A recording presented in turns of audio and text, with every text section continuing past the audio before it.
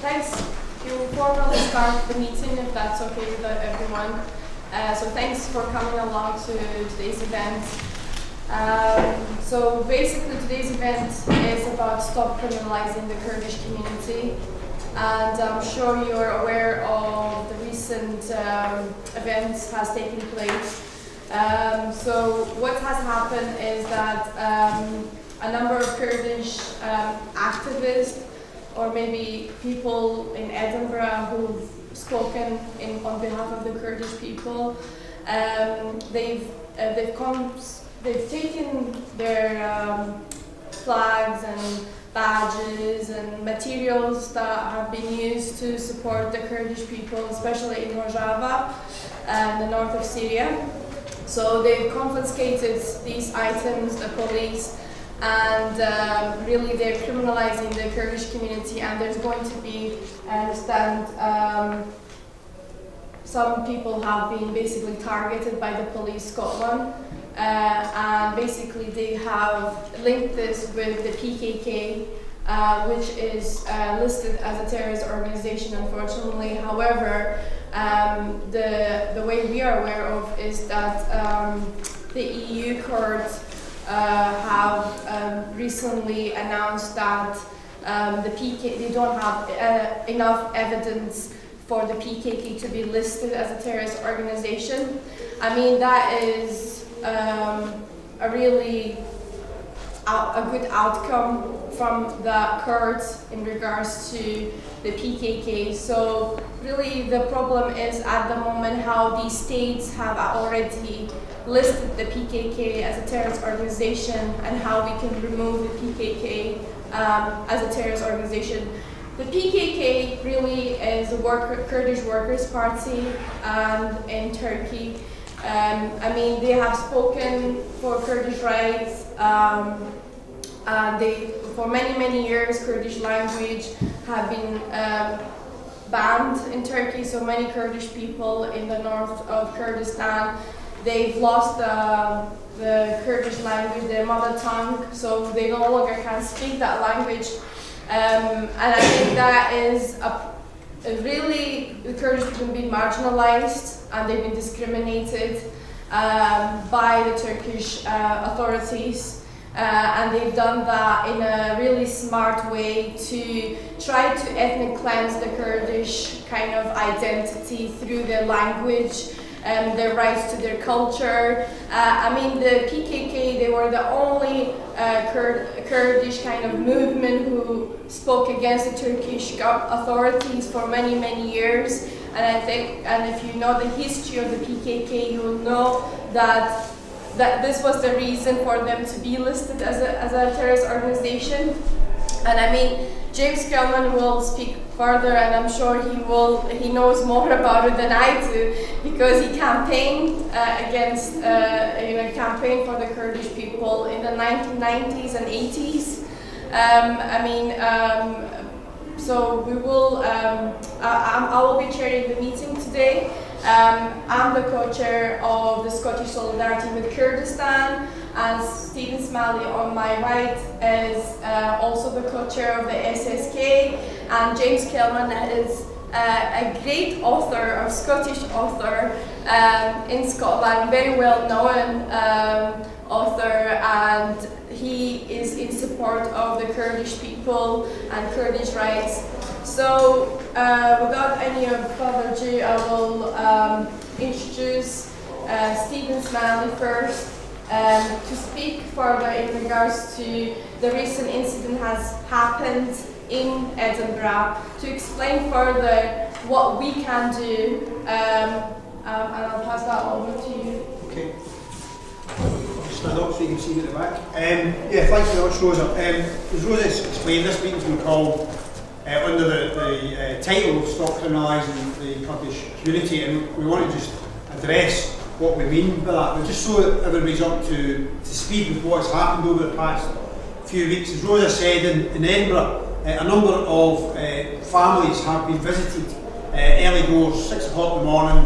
Police officers, 5 or 6 of them, shut the door and they come in, and armed with search warrants and arrest warrants for a number of people. A number of people have then been taken to the police station, and 3 or maybe 4 have now formally been charged with offences under the Prevention of Terrorism Act.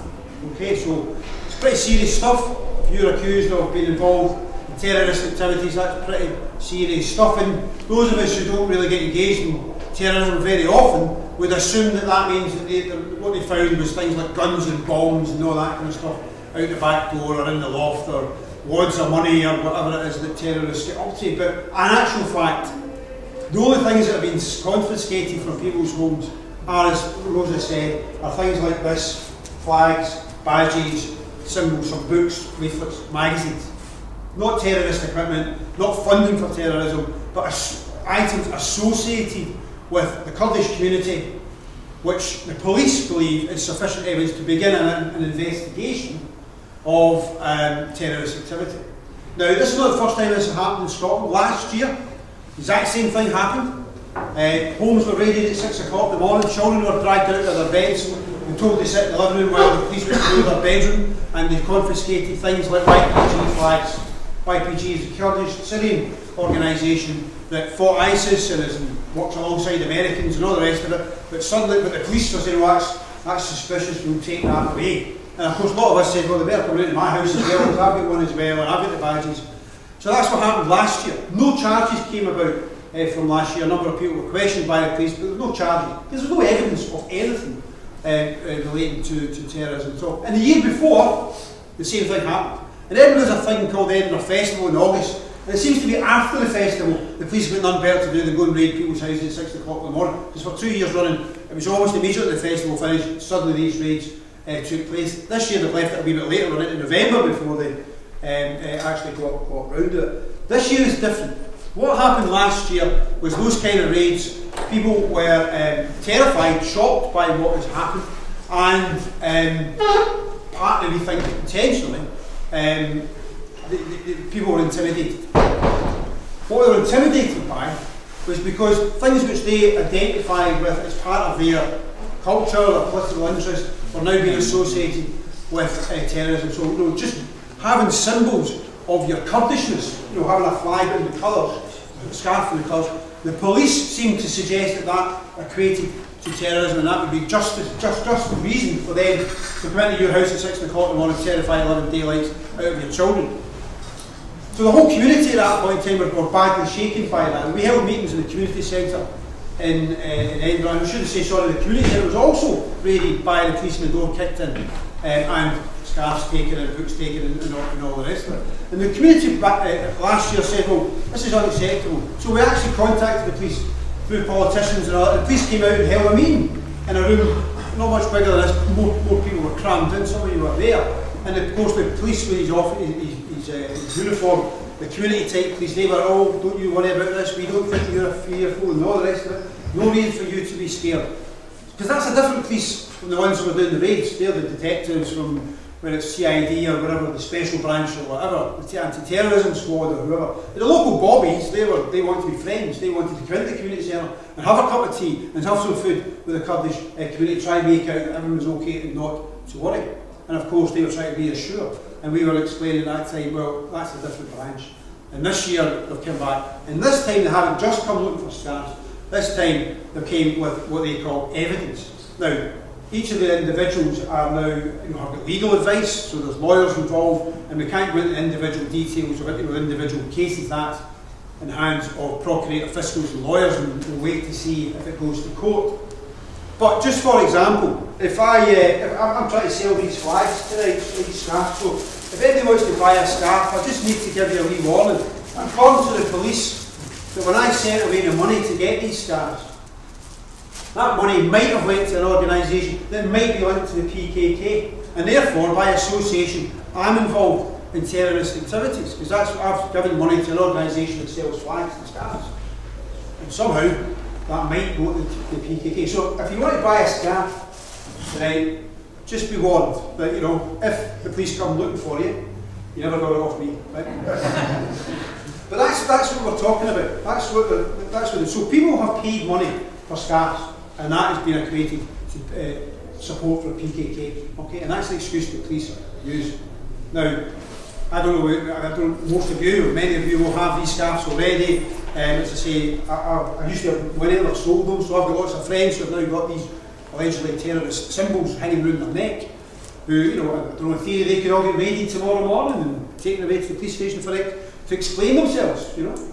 So that's the nature of what seems to be around at this point in time. Nobody's been found with any guns or any wads of cash or anything like that you would associate with terrorism. What they've been found to have is ideas about Kurdish freedom, the struggle against tyranny in Turkey, the struggle against ISIS, and support for a PKK. That's what they've been investigating for. It's about ideas. Now you have to ask yourself in a so-called civilised country like Scotland, why these things are happening. People from a Kurdish background probably are not surprised.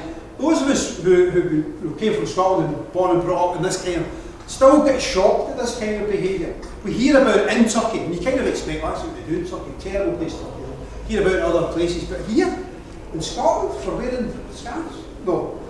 What we have as a Scottish community have got to kind of get our heads around politically, trade union movement, other organisations in Scotland have got to understand that what is happening here is part of a big global structure where our government, Theresa May for the time being, don't know how long she'll be there, well, she was, just to give you an example, when she was first elected amongst the Tories to be their leader, the first thing she did was to fly over to America to meet with Donald Trump. That was the time where he held her hand as she walked down the slope and was all quite embarrassed. Because that was her best pal, obviously. Britain, America, her best pals. Who's her second best pal? Who did she go and visit after that? Erdogan in Turkey. Flew right over to Erdogan and met with Erdogan. And what did she come away with? She came away with two things from Erdogan. One was a campaign strategy. If you remember the general election when she stood, which she lost, and she had a big campaign strategy, was strong and stable. That was Erdogan's slogan. So she stole this idea in terms of being a strong and stable leader. But the second thing she came away with was contracts for millions of pounds worth of arms to sell to Turkey. Right? And the third thing she came away with was an agreement that we would be friends. Because of course, Britain is entering into a situation where we're losing friends left, right and centre, you know, with Brexit and all the rest, so we're in desperate need, it would appear, to make friends with anybody out there who will trade with us, who will buy guns and weapons and aeroplanes off us. So Britain has now established this relationship with Turkey, which is based on that mutual friendship. We'll sell them guns, they can do what they want with them, they'll stop the refugees coming here from Syria, and everything will be hunky-dory. And in return for that, of course, Erdogan and the Turkish state secret police and all that will talk to our secret police and special branch, and before you know it, people were getting visited. People were getting visited at home, people were getting stopped when they go on an aeroplane. If they came from Turkey with a Kurdish background, all of a sudden the police were taking more interest in them. So these are no coincidences. This has happened because of the developing relationship between Turkey and the British government, where in return for Britain keeping quiet about some of the abuses that Turkey have been guilty of, both in Turkey and in Syria, the British state is now being used to suppress some of the opposition, the political opposition to Turkey. So many of you will have participated in protests when Turkey invaded Afrin illegally to crush the Kurdish community in Afrin. You'll have taken part in protests when the HDP leaders were jailed. What Britain is now doing is saying, Turkey don't really like that. Turkey don't like the fact that you're holding up banners saying murderous Turkey and all the rest of it. So let's try and do something about it. So the police are engaged in that kind of activity, partly not to chase out terrorists and find who's the terrorists in the room and all the rest, but to intimidate a whole community. And they're doing it by associating the symbols of Kurdishness with terrorism, so that the whole community is now a suspect. Now, those of us who are old enough to remember the Irish situation, when the Irish community was judged to be suspect in this country because of what was going on in Ireland. So we have some local, relatively recent knowledge of how that has been applied here in Britain. It's now been applied to the Kurdish community as it was, to some extent, to the Irish community in the past. And the single thing that we, as Scottish people, need to do at a point like this is, first of all, to stand in solidarity with that community and not allow that community to be isolated, so that when they come for the Kurdish community, there'll be Scottish politicians, there'll be Scottish trade union people there standing side by side with them saying, no, this is wrong, this is to be condemned, we stand in solidarity. And that's what Scottish solidarity is about. That's what about saying we stand with these people. We stand with these people who are here because they had to flee from that kind of police oppression in Turkey to come here to a safe country, and here they're getting it dished out on in our home country. So we need to stand in solidarity with them. But we also need to take a bit step further than that, and that's to try and address the fundamental issue that is causing this, and that is, as Roza pointed out, the issue of PKK. And therefore we need to raise the idea and start the debate and push the issue that actually PKK should not be judged to be a terrorist organisation, should be in the jargon delisted, should be taken off the list of terrorists. Now, there's very few politicians in this country who are prepared to stand side by side with an alleged terrorist organisation, so it's not going to be easy to persuade our government or our MPs to actually do that, but that's what we need to do. So last night in Edinburgh we had a meeting and we had one of the MSPs, Ross Greer from the Green Party, and he's given a commitment that he and his party in the Scottish Parliament will be meeting with the Chief Constable in Scotland to say to them, this is wrong, you should not be doing this, pull it in. He'll meet with the Justice Secretary, Hamza Yusuf, in the Scottish Government to say, this is not acceptable, we need to stop this. Of course they don't have jurisdiction, it is in Westminster reserved matter, so we need to get MPs on board. But those sort of actions in the first place are important, so that when people in Scotland hear about or read about PKK, they don't automatically think about terrorists. They actually think about Kurdish community fighting terrorism in Turkey, because the real terrorists in this whole scenario is the Turkish government for what they've been inflicting on the Turkish people and the Kurdish people and wider now in the Middle East. They're the terrorists. So we need to build a campaign to stand in solidarity with the Kurdish community, build that solidarity, but take on that political issue so that our politicians understand, and when they get asked to a quote by a newspaper, they don't automatically go PKK terrorists, they say PKK freedom fighters, PKK fighting for democracy and peace, defeating ISIS and stand in solidarity. That's what we need to challenge, and only through that do we actually genuinely commit to the solidarity with the Kurdish people. So what we hope to do tonight is to initiate that kind of campaign, that kind of discussion. So it's in every trade union branch, every political Labour Party, SNP branch, there's a discussion takes place about why these things are wrong and why the PKK should be delisted, so that we get newspaper articles covering this, we get journalists wanting to tell that story, wanting to tell your story and the story of the PKK, that the PKK are on our side, if they're on Andy's side, they're for peace, they're for justice. They're the ones who in Turkey have been arguing and fighting for peace. They're the ones who have called ceasefires. They're the ones who have said to government, come and negotiate. They're the ones who, their leader, Öcalan, nearly 20 years in solitary confinement in Turkey, has continually put forward proposals, a roadmap to peace, how we can achieve democracy, how we can solve the problems through peaceful political means, and it's been the Turkish government, time after time after time, who's rebuffed that and started more violent attacks on the Kurdish community. We need to get that message over in our community here in order that people in the Kurdish community feel safe living here in Scotland and can continue to contribute to the excellence, if you like, of the Scottish diverse community that we now have. And that's the task that we, Roza and I and others, set ourselves. And hopefully all of you will sign up to that kind of campaign. And I'll leave my remarks at that.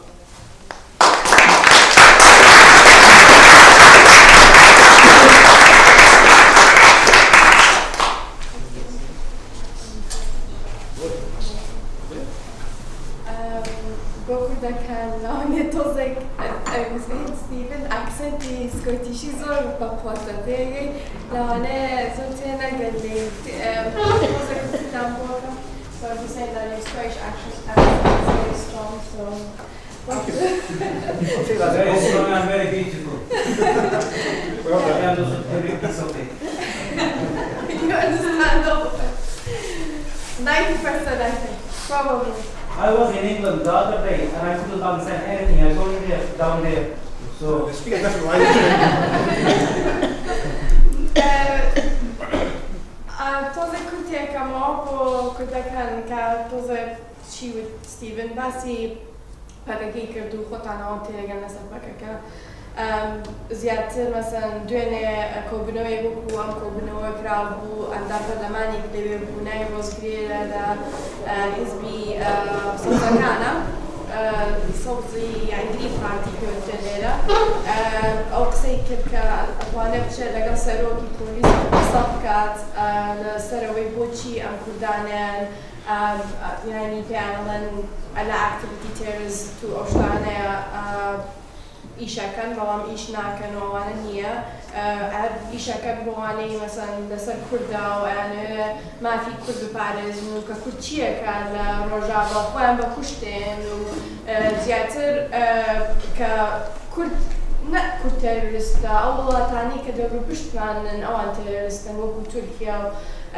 خۆتانزانن داعش و ئیتر لەسەر ئەوە قسەی کرد زیاتر ئەڵێن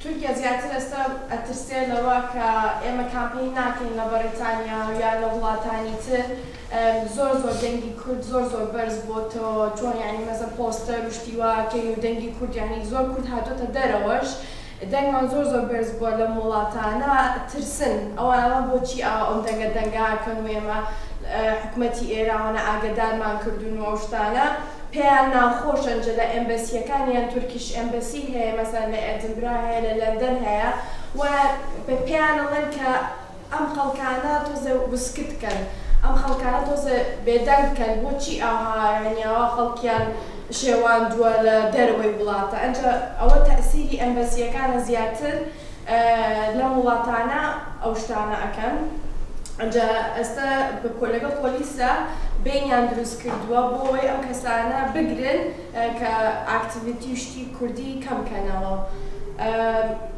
لەسەر ئەو شتە قسەی کرد و لەسەر ئۆجەلاریش قسەی کرد کە 20 ساڵە لە سجنایە هەتا ئێستا هیچ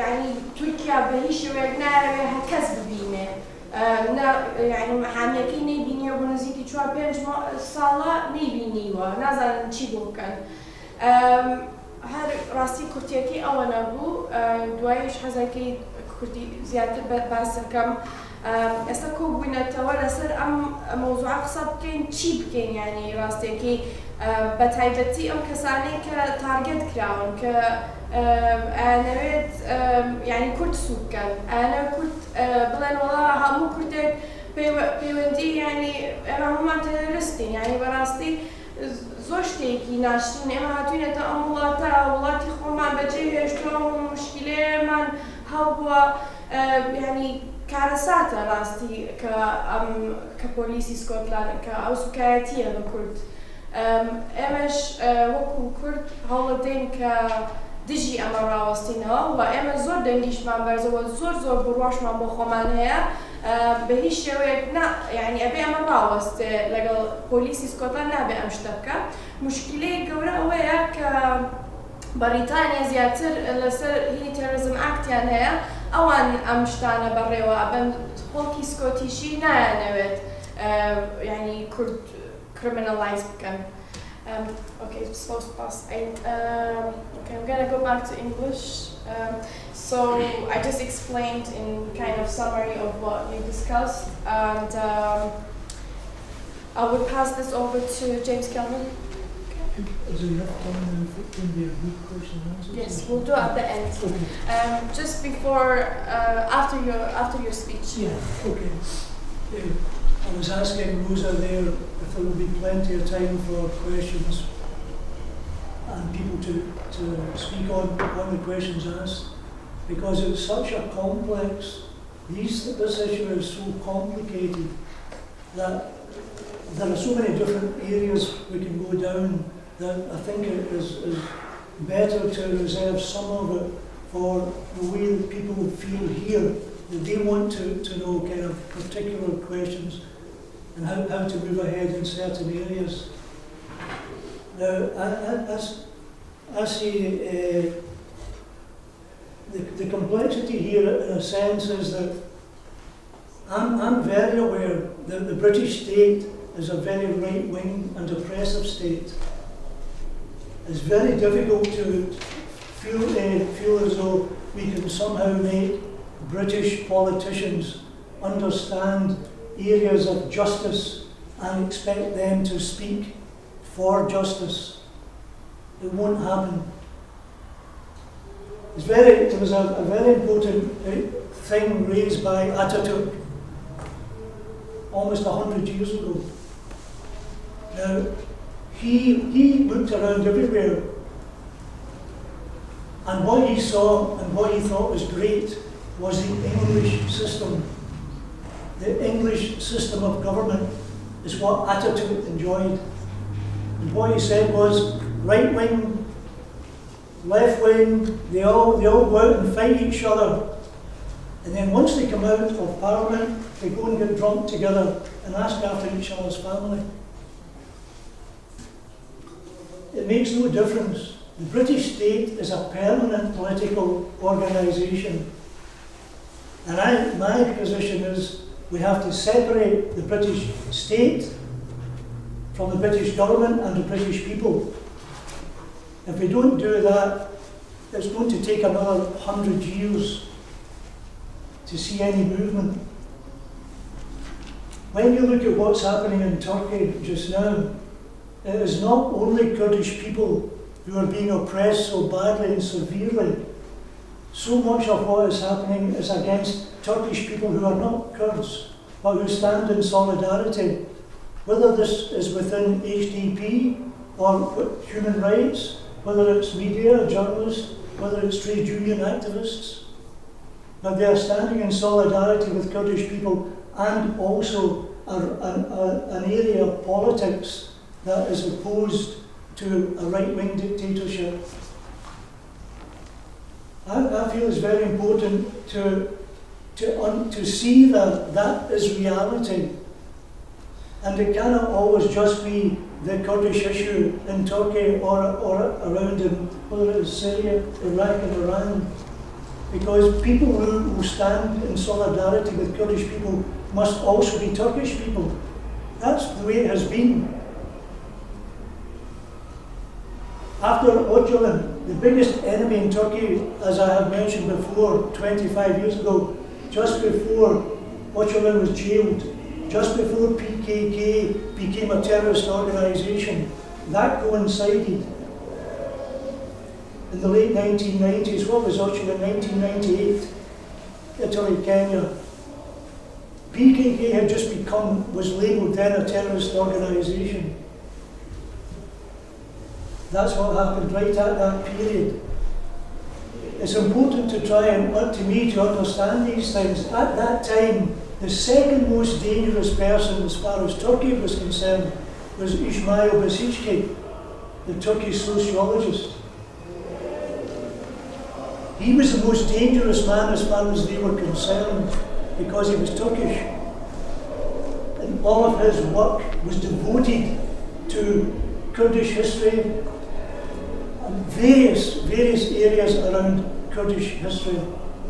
In every way, at that time there was no possibility of speaking Kurdish at all in Turkey. Right up until when, 1980, 81, when was the constitution changed? Turkish constitution, 1981, 82. Before that, there was no Kurdish allowed. Even back into the 1970s, Kurdish people, there's a great book, People Without a Country. Kurdish people in Iraq, Iran, Syria and Turkey all listened to Iranian radio when the Shah was in power in Iran before 1979. Everyone listened to this radio station in Iran under an extraordinary right-wing dictatorship. Why did they listen to it? Because it was the only place they would hear the Kurdish language. There was nowhere else they could hear it.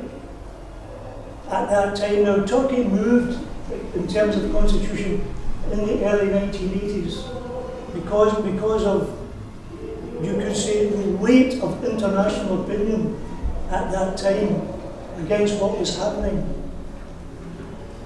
There was a movement there.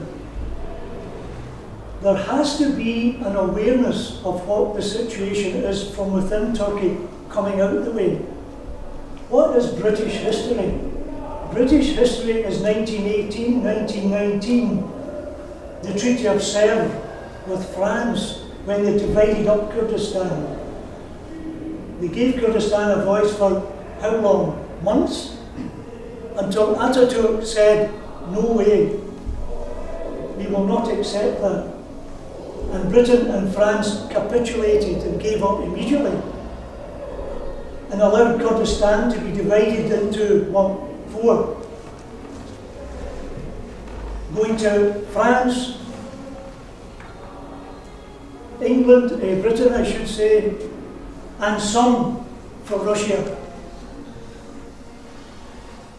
before 1917, while the Tsar was still in power.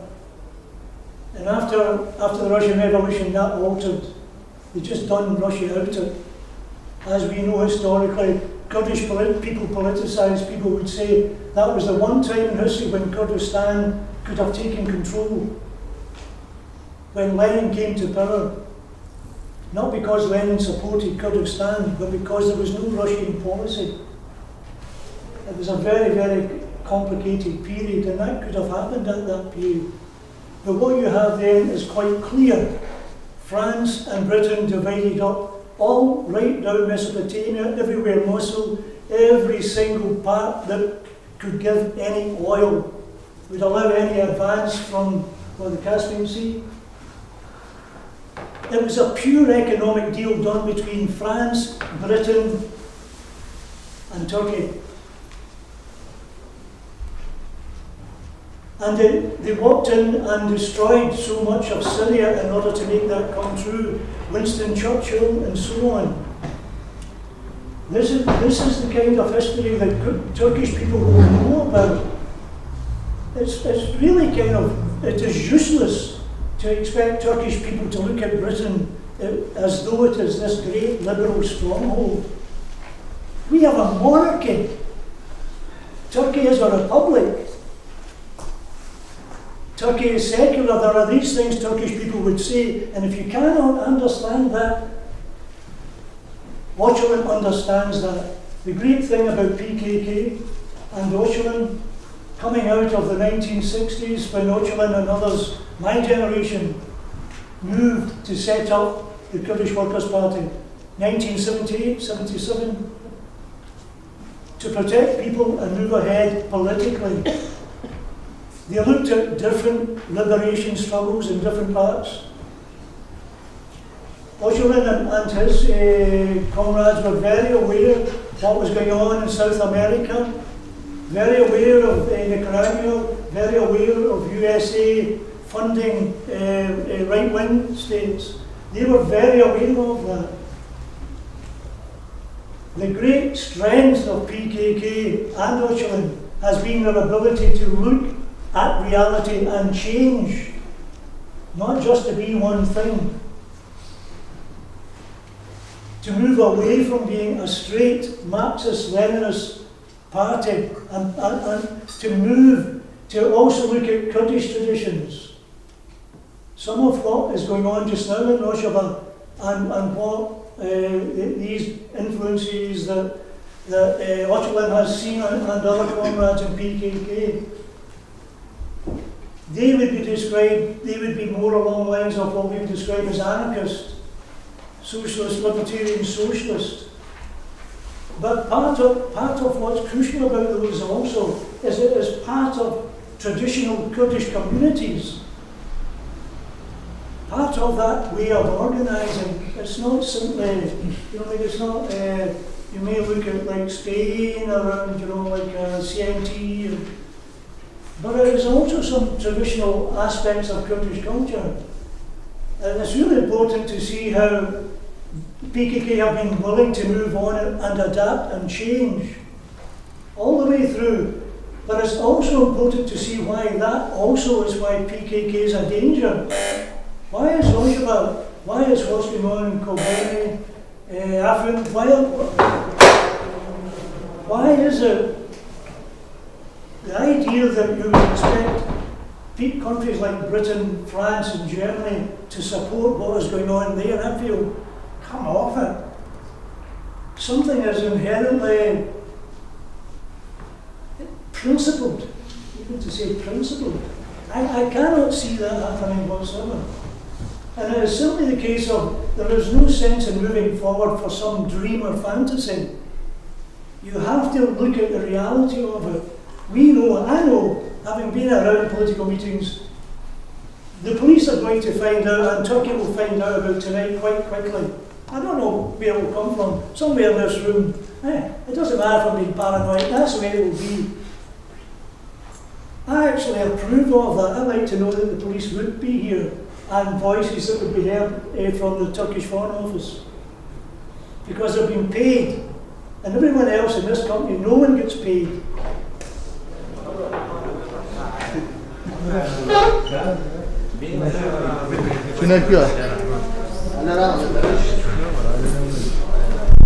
It's very important to be aware, okay, it's very important to be aware of what it is for British people to try and organise in solidarity.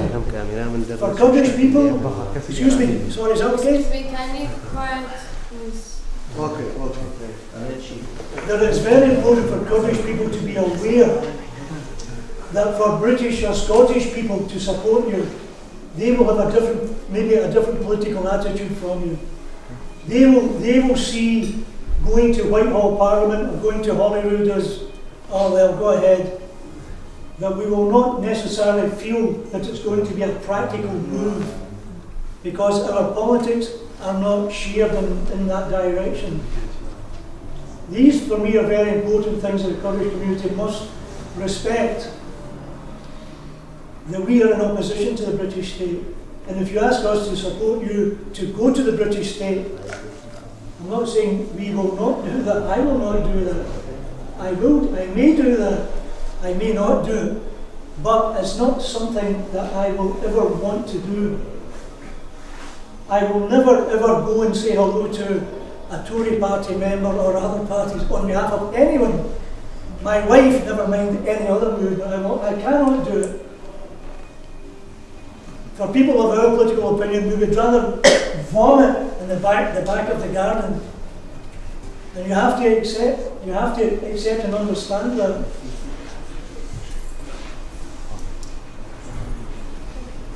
Thank you.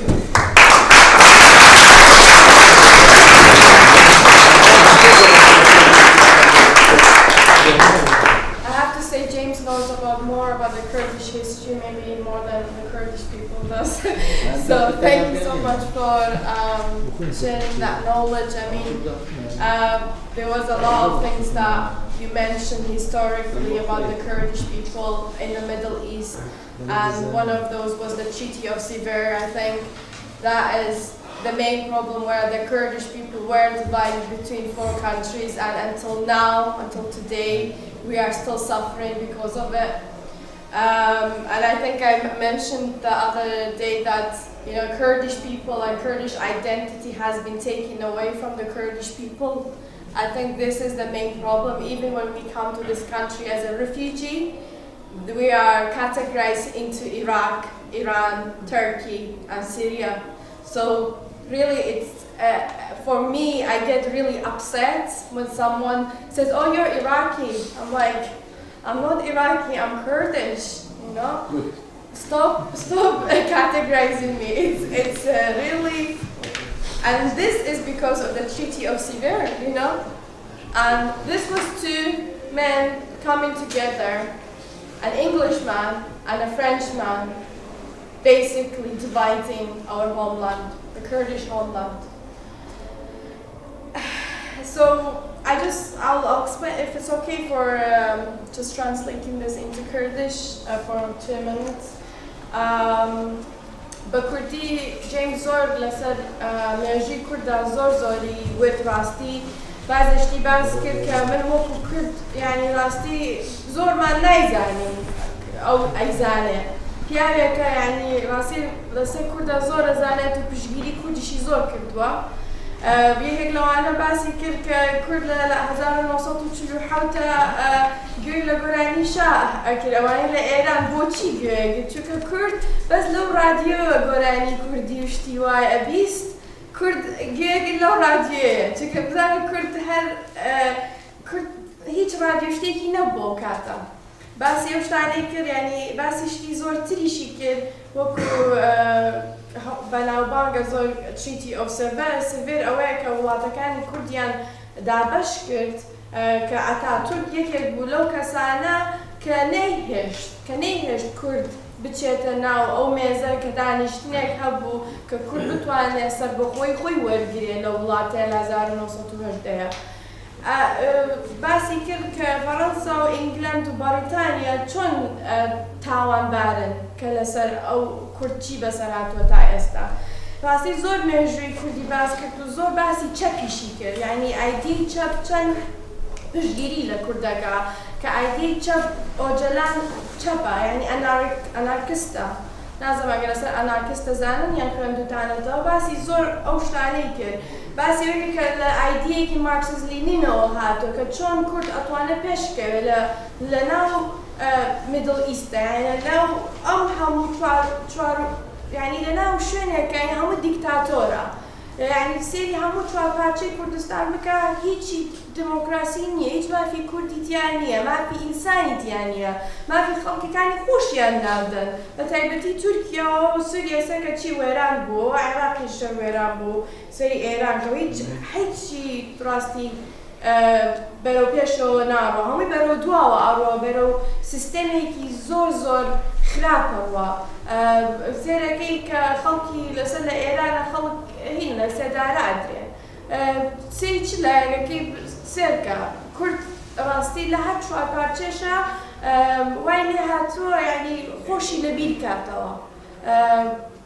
ڕاستی لەسەر ئەوە باسی کرد، باسی ئەوەشی کرد کە پەکەکە لەوەتی کە دامەزراوە کە چۆن خۆی گۆڕیوە، کە خۆی چۆن بەرەو پێشەوە بردووە کە ئەوێت ئاشتی خوازە، یعنی ئاشتی خوازە هاتوۆتە پێشەوە لەگەڵ تورکیا کە بتوانێت ئاشتی بخوازە، بڵێ من چەک دانێم بەس تۆ مافی کورد بدە، یعنی زۆر شت ڕوویداوە کە زۆربەی خۆشمان کوردەکانیشمان ئاگادار نین لەسەر پەکەکە چۆن گۆڕاوە. ئیتر ڕاستی ئەو شتانەی زۆر وت و زۆر شتی تریشی وت ناتوانم هەمووی بڵێم عەفو بکەن، بەس ئەو شتانم کە باس کرد کە زۆر گرنگ بن لەو قسەکردنەی جێمزە. ئێستا مێزەک ئەیکەمەوە بۆ خەڵک ئەگەر پرسیار و شتانە یان ئەتانوێت قسەیەک بکەن کە ئێمە گوێمان لێ بێ بە ئینگلیزی بێ یان بە کوردی بێ. Okay, so thanks. I've just kind of interpreted everything that you said, just highlighting the key points that you mentioned.